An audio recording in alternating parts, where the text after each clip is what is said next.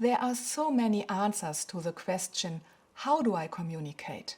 This question is about the style. Your communication can be monologic or interactive, serious or emotional, objective or entertaining, and everything in between. How far you want to move in a certain direction strongly depends on your W's. It is appropriate for a doctor to react seriously and objectively when giving an interview for a news program during a pandemic. However, when a scientist gives a fourth grade class a tour of the institute, they should try to communicate in a natural and interactive manner, and laughing is, of course, allowed. Being entertaining and rather emotional is the right choice in that situation. It is important to find a balance that is specific to each individual occasion. This balance will have a big influence on whether or not you can wow your target audience and if your message is received by them or not. There's some kind of framework that might help you find the right balance. It's called the 3 rhetorical appeals, or the 3 appeals of persuasion. You may find it odd that, as a communication lecturer living in the era of mobiles, TikTok videos, and online seminars, I refer to the over 2,000-year-old teachings of Aristotle. But human communication does not work any differently now in the digital age than it did in ancient Greece. Many of Aristotle's ideas have been confirmed by cognitive scientists. You can see for yourself how effective the 3 appeals of persuasion according to Aristotle are. Ethos is the persuasion by the character of the speaker. Pathos is persuasion by an appeal to the audience's emotion. Logos is persuasion by an appeal to the audience's reason. Although Aristotle himself did think very highly of reason and logos, all rhetoric experts agree. Nothing is more convincing than the speaker's character. Appeals to the audience's feelings and reason are certainly effective, but it is worth nothing if the speaker themselves cannot convince the audience with their credibility, trustworthiness, competence, and good intentions. So, let's talk about ethos. If you want to convince your audience using your ethos, you have to be credible. Oftentimes it is not what the speaker says that strengthens the ethos, but how it is said. Emphasis and body language play an important role. Even text that is printed or published online can use the means of ethos, by using credible and trustworthy sources, for example. Competence and good intentions are also very important for this means of persuasion and can be included in the author's profile. Do not hesitate to mention your civic engagement.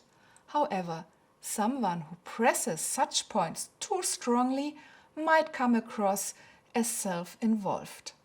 Your interest in the target audience and their problems can also strengthen your ethos. And transparency is an important aspect of scientific integrity. Take a minute to think about the scientists who are in the public eye that you find especially credible, and why you think that. Pathos is persuasion by an appeal to the audience's emotion. Scientists are often afraid of too much emotionality. However, pathos is not necessarily about showing strong emotions. It is often enough just to show your own enthusiasm for your topic. Every researcher is touched on an emotional level by the object of their scientific research.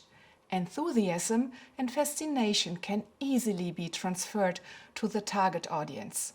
Furthermore, Aristotle emphasized that with pathos, it is important to know one's audience and to know what moves it. What is your target audience afraid of? What might it laugh about? Besides that, some means of communication are more apt to generate emotions than others. A climate researcher who studies heavy rain can show images or videos of destruction that such rainfall can cause. Even without words, vivid imagery can elicit a strong emotional reaction. The emotional content of stories and anecdotes can also be persuasive.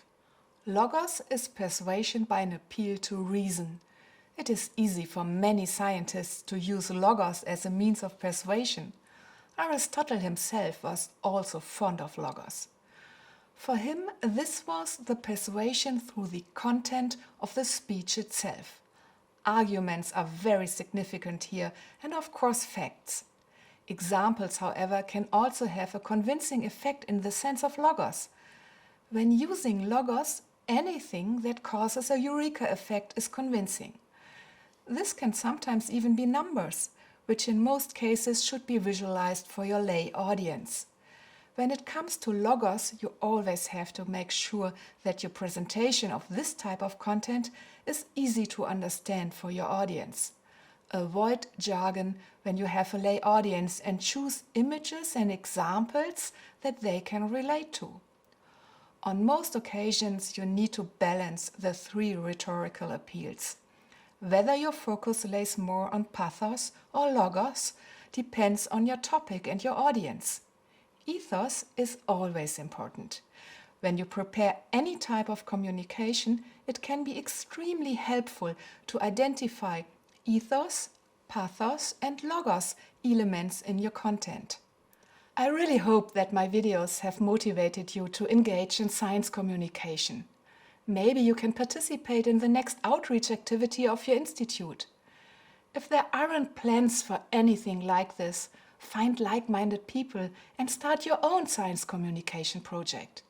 Write a blog, participate in a science slam, or start a podcast. Contribute with your expertise to a public debate. Be conscious about your responsibility as a scientist and a member of society.